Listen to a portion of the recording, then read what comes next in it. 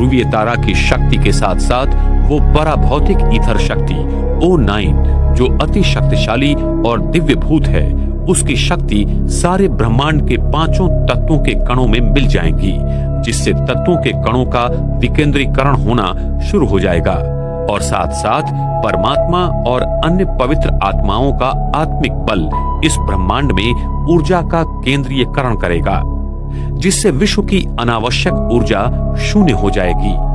और थर्मोडायनेमिक सिद्धांत के दूसरे नियमानुसार विश्व में ऊर्जा का केंद्रीयकरण बाहरी शक्ति से होगा, जिससे ये सारा ब्रह्मांड ईथर शक्ति के द्वारा पुनः रीसेट हो जाएगा। ये अति शक्तिशाली ईथर O9 ईश्वर का अपना पारसमणि है, जो अति सूक्ष्म दैव भूमि के संरचना के द्वारा सारे तत्वों को शुद्ध रूप में लाता है। प्रकृति का हर भौतिक कण अपनी पूर्ण ऊर्जा स्वरूप में आ जाएगा।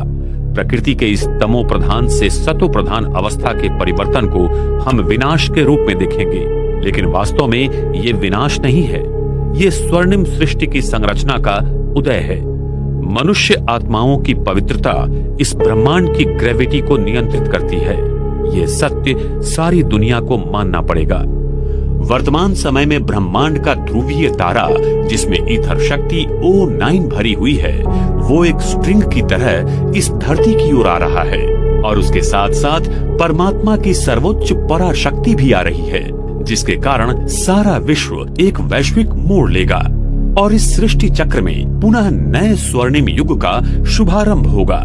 ईथर शक्ति प्रकृति के पांचों तत्वों एवं प्राणी मात्राओं का और परमात्मा की पराशक्ति मनुष्य आत्माओं का संपूर्ण शुद्धिकरण कर उन्हें पूरी तरह से परिवर्तित कर देगी। इसलिए इन दोनों शक्तियों को लाने वाले ध्रुवीय तारा को परमात्मा का पारसमणि कहते हैं, जो सारे विश्व को संपूर्णतः परिवर्तन कर नए सतयुगी सृष्टि का निर्माण करता है।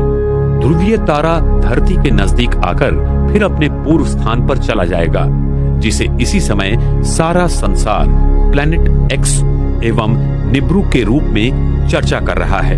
वो भी पृथ्वी के नजदीक से आकर चला जाएगा।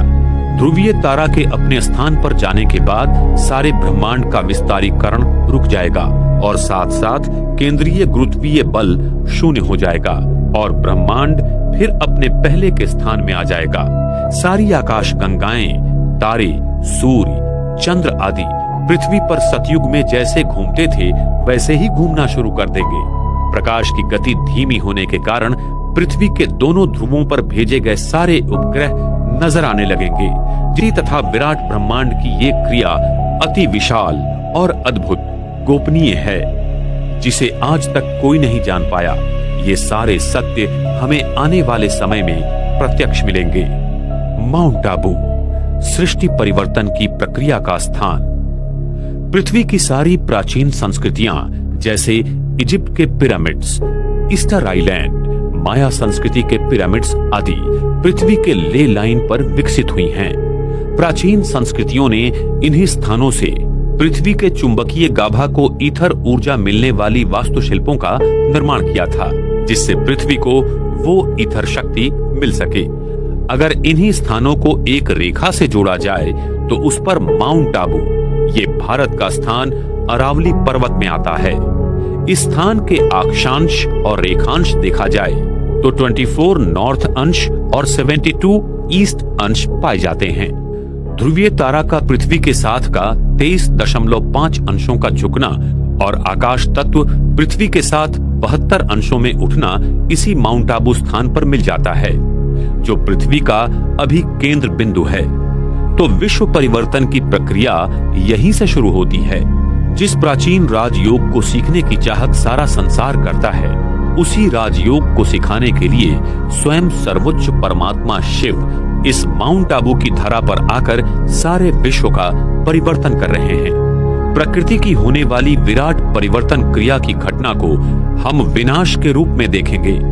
उस समय धरती का गुरुत्वीय केंद्र आबू पर्वत के नीचे होगा, जहां पारा भारी मात्रा में है, और यही गुरुत्वीय केंद्र उस परम धाम के शुभ विवर के गुरुत्वीय केंद्र से सरल रेखा में जुड़ जाएगा और विश्व की समस्त आत्माओं को परमात्मा धर्मराज के रूप में फिर से शुद्ध बनाकर वापस घर ले जाएगा। परम धाम के शुभ्र विवर का द्वार हर 5000 वर्ष के बाद खुलता है। ये एक रिवर्स क्लिकिंग मैकेनिज्म है जो अति अद्भुत है। जिस समय शुभ्र विवर का द्वार खुल जाएगा तब सारी आत्माएं आबू पर्वत के केंद्रीय गुरुत्वीय स्थान से परम धाम की ओर वापसी की यात्रा करेंगी। इस भारत भूमि पर फिर से सतयुग शुरू होगा और श्री कृष्ण श्री राधे की आत्माओं का जन्म होगा।